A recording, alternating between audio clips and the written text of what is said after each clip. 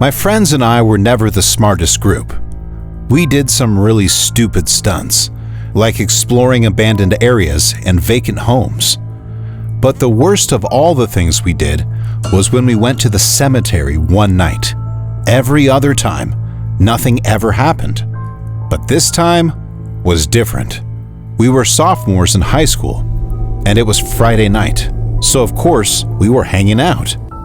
By midnight, 2 of our friends had decided to go home because they were tired, which left just me and my friend Dan. Neither of us was that tired, but we also didn't want to sit around at home bored all night. Dan brought up the cemetery near his house and said it'd be spooky and exciting to walk around there. With nothing better to do, I agreed. We took Dan's car and drove to his house, where we parked and walked down the block to the gate surrounding the graveyard. There was a huge entrance gateway, but the perimeter was fenced with a short wooden fence we climbed over with ease. Right away, we got a rush of adrenaline. It was a creepy place, no doubt. There was almost no light, only a few dim standing lamps spread across the graveyard. I'm not sure what our goal was, but I think it was just to walk across the whole place without getting scared and then leave. We passed 10 or 15 gravestones when Dan suddenly came to a stop. He was looking ahead and told me to wait. I couldn't see much, but in the distance, I could barely make out a figure standing next to one of the gravestones, walking closer to us. Both me and Dan were unsure what to do and just stood there. We both assumed we had been caught by one of the graveyard keepers and were probably going to get arrested or something. The man stopped several feet away, still too far for us to get a look at him. "What are you two doing here?" he asked. Dan nervously said that we were just exploring. "Well, I'm gonna have to show you two out," he said. He told us to follow him and began walking back in the direction he came from. I think both of us were regretting not running away when we first saw him. As we walked behind him, he passed under one of those standing lamps, and both Dan and I immediately froze. The man was wearing ragged clothes, nothing like a graveyard keeper would be wearing. This guy looked like he was homeless. The man must have heard us stop. He turned around, and you can see on his face that this man was crazy. "Come here," he said angrily. Dan turned and ran, and I did the same. The man's footsteps behind me were so close, it felt like he was going to tackle me at any second. My adrenaline kept me going, and we managed to jump the fence. We heard the man stop on the other side, then punch the wood fence in frustration. We immediately went home and told no one except for our friends because we knew what we were doing was illegal. Both of us think the man was some homeless person who was probably trying to rob us, or maybe do something much worse. Luckily, we never made the mistake of going back there again. If you hit that like button, there's a good chance someone else's spine will get tingled by these stories. I work at a cemetery on the edge of my town. It's a small one, only a few acres of land.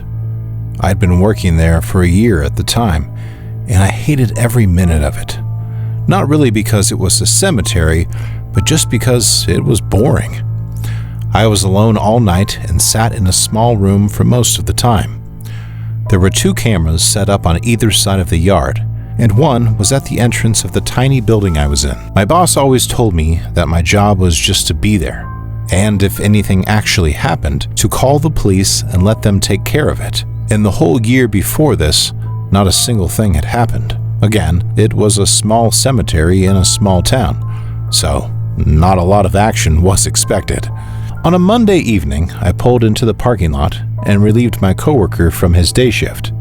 I hadn't slept well that day, so I brought a cup of coffee to help keep me awake. For the first hour, I sipped on my coffee, watched the cameras, and scrolled through my phone a bit. Around 1 a.m., I started to get really drowsy.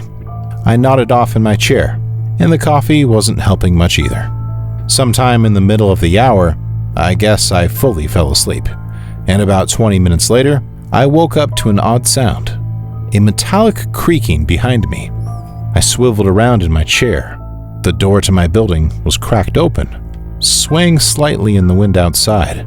My heart skipped a beat from the strike of fear it gave me. I got up, pulled the door further open, peeked my head outside, and looked around. Nobody was in sight. I slammed the door firmly shut and made sure it was fully locked.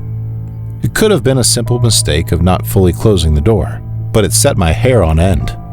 I rolled back the footage from outside the building, and I didn't see anyone approaching the building at least. After this, I was wide awake, constantly checking each camera. About 10 minutes later, I saw something move on the screen. The camera at the far end of the yard. Someone was walking through the cemetery. I watched as they slowly made their way past several gravestones, then stopped.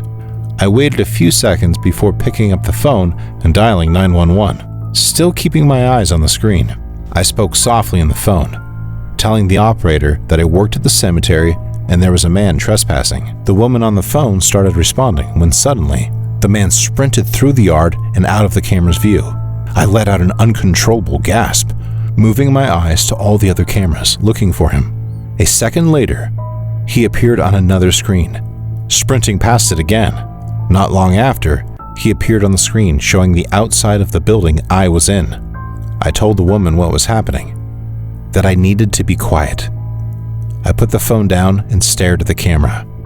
It was a man who was now standing right outside the door. Then he looked directly at the camera. It made me shiver, seeing him stare at the camera as if he could see me through the screen. "Hello, can you help me?" I heard his muffled voice from the other side of the door. Without waiting for an answer, he walked around to the back of the building. There was no cameras on that side, but I could hear his footsteps in the grass. He sounded like he was walking right up against the wall. Then, out of nowhere, I heard his footsteps departing quickly. My heart was racing all the way up until the police arrived. I thought I'd sound crazy, but they found very distinct shoe prints in the grass. They followed them for a while, far past the cemetery border, but lost the trail before it led anywhere else. The man's behavior was very odd, and the way he asked for help was even odder. I don't know if the earlier door being open was somehow him, but I don't know what to believe anymore. Despite being scared out of my wits, I continued working there. Nothing else has happened, and the man never returned. But I don't think I'll ever fall asleep at the cemetery again. Thanks for listening. If you want to help build the True Chiller community, like, subscribe, and share.